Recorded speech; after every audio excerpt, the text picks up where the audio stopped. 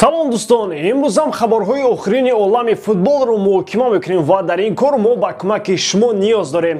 Дар канали нав андешаҳои худро дар комментария нависед ва ба видеои мо лайк монед. Ин барои пешравии кори мо ва паҳн гардидани ҳар як видео мусоидат мекунад. Агар канал одамони зиёдро ҷалб намояд, ин моро водор хоҳад кард ки ҳар рӯз навигароҳро пешкаши шумо намоем. Акнун дар ягон ҷо баъз шунед, мо бошад сар мекунем.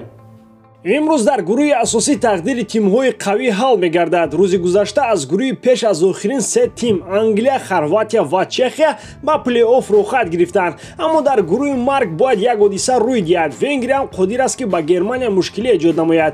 бозии Франсия ва Португалия финали бармаҳал мебошад. дар бораи натиҷаи ин бозиҳо фардо гап мезанем. ҳоло бошад дар мавриди рекорди тими мунтахаби Англия як-ду сухан мекунем. асосгузорони футбол бори дуюм дар таърихи худ ягон гол сар наҳода дар мусобиқаи ҷаҳонӣ марҳилаи гурӯҳиро ҷамъбаст кард. бори аввал соли 1966 онҳо баъди чунин натиҷа чемпиони ҷаҳон гардиданд. ҳоло ҳам андешаи мо дар бораи тими мунтахаби Англия тағйир наёфтааст. дар плей-офф онҳо бо яке аз тимҳои қавии гурӯҳи марг рӯбарӯ меоянд. бар муқобили Франсия ва Германия шанс надоранд ва агар Португалия муъҷиза нишон да ба марҳилаи баъдӣ роҳ ёбад, аз рӯи ҳамон схема метавонанд то охир мубориза барад. Англия дар чемпионати ҷаҳони соли 2018 ошкоро дар бозии охир роҳи осонро интихоб карда буд ва то марҳилаи нимниҳоӣ рафта расид. дар гурӯҳи онҳо Белгия ҳузур дошт ки маҷбур шуд бо Франсия рақобат карда аз идомаи мусобиқа маҳрум гардид. акнун Англия ҷои гурез надорад ва акнун роҳи мушкилро бояд тай кунад ки инро карма мегӯянд. дар бораи имконияти тимҳои мунтахаб барои роҳ ёфтан ба плей-офф ҳаминро бояд гуфт ки агар имрӯз Испания мағлуб гардад ва Португалия ҳам дар рақобат бо чемпиони ҷаҳон натиҷаи заруриро нишон дода натавонад, Украина ба марҳилаи баъдӣ роҳ меёбад. дар ин ҳолат Россия мотами футбол эълон мекунад.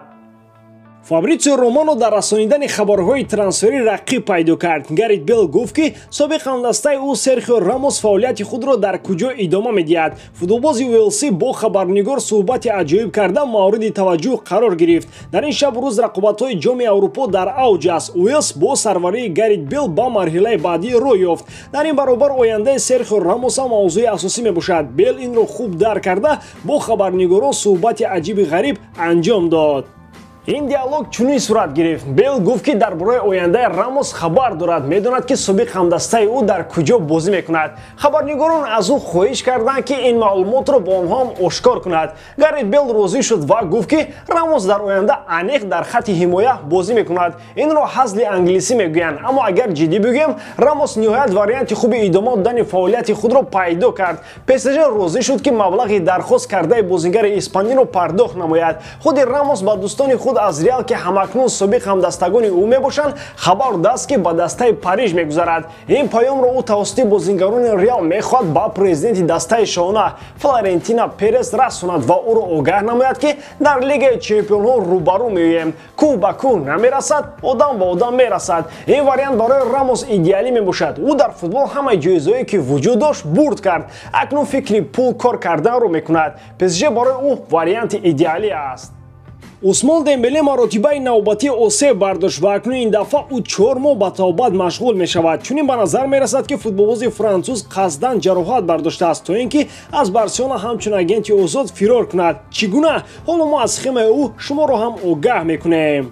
Усмон Дембеле ба дастаи Барселона мувофиқ наомад. дар ин чанд соле ки ӯ дар Каталония ҳузур дошт, танҳо дар мавсими гузашта тавонист як муддат ҷароҳат бардошта ба майдон барояд. футболбози француз ягон кор накарда ба гирифтани маош одат кардааст. ба даст овардани пули бедарди миён ӯро чунон аз одаму одамгарӣ дур сохтааст ки мехоҳад ҳамчун агенти озод ба дастаи дигар гузарад. дар аввал ба муҳлати 2 моҳ ҷароҳат бардошт, баъдан барои 3 моҳ аз саф берун шуд. ҳоло 4 моҳ бозӣ кардан наметавонад. давомаш чӣ мешуда бошад? кадом даста ба Усмон маблағи зиёдтар пешниҳод мекунад, ӯ ба ҳамон даста мегузарад. Барселона бояд дар мавриди Дембеле чораҳои қатъӣ андеша намояд. ҷароҳати зиёд ба ӯ таъсир кард ва мушоҳида мешуд ки зарбаҳои ӯ қувват надоранд, зиёд ба эҳтиёткорӣ роҳ медиҳад ва ин ба техникаи бозингар бетаъсир намемонад.